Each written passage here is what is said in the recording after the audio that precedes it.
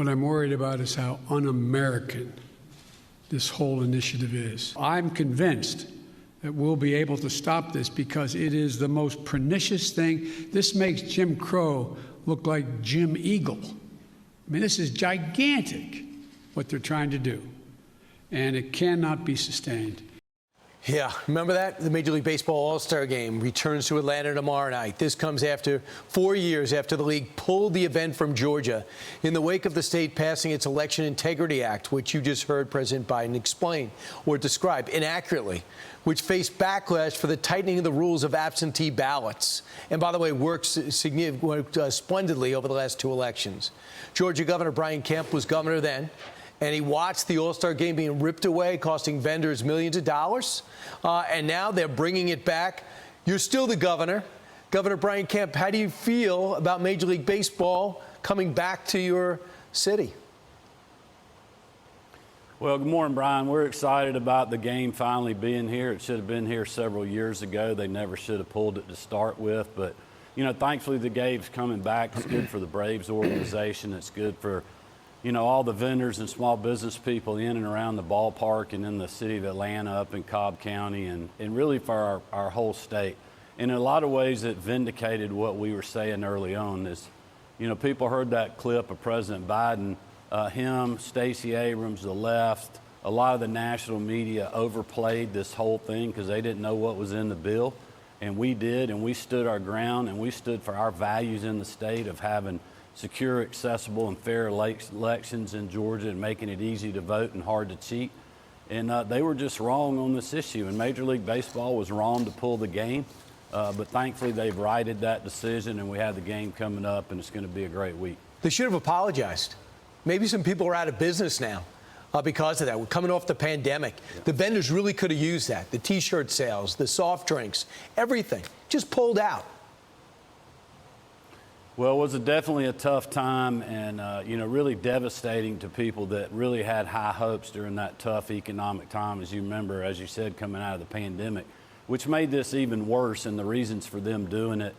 You know, we won every single lawsuit, all the things that they said, none of them panned out. We've had increased participation, especially with minority voters in Georgia, and we've had secure, accessible, fair elections. And it's really a tragedy it ever happened. But, you know, in some ways, Brian, it helped galvanize our state. It helped galvanize our local community for people to say, you know what, you know, we're tough Georgians. We're going to fight through this. We're not going to bow down, you know, to corporate greed or, you know, corporate boardrooms that are worried about, you know, getting targeted by groups like Stacey Abrams. And that's what I told people. I said, look, you're never going to make that crowd happy. And now you've made everybody that was on the other side of this mad at you. You're in the middle of a circular firing squad, and you're making a big mistake. And whether they apologize or not, I think they realize that. But all in all, it's great that the game's back. We've got to move on. It's going to be a good economic week in the state of Georgia. It's going to get a lot of exposure to our state. We've been the #1 state in the country for business for 11 years in a row, ranked by Area Development Magazine. We're in the top 5 or top 10 of every other economic forecast. And we just have a lot of great things that are going on in our state. And we're a sports mecca. We got the World Cup coming here in 2026. We just had the national championship football game. We've got a big couple of years in sports ahead of us, and we're looking forward to hosting everyone. And, Governor, that's part of the reason. You bring sports, you bring industry, and you won re-election. Now you're looking at a 62% approval rating. In May, though, you shocked many people and disappointed a lot of Republicans when you said, I will not be running against John Ossoff for the Senate seat. You're going to stay as a governor. Is there any chance that you'll change your mind? And if not, is there anybody you're going to go support? Because they say Senator Ossoff is as vulnerable as any Democrat in the country. Well, he is. It is not the right time for me and my family, so that decision's been made. But I can tell you this, I will be working very hard to unseat John Ossoff. When you think about Democrats having complete control of the Congress and the White House from 2020 to 2022, when he first got elected, we had the disaster at the southern border. Millions of people flooding into our country, created through their policies 40-year high inflation and high cost.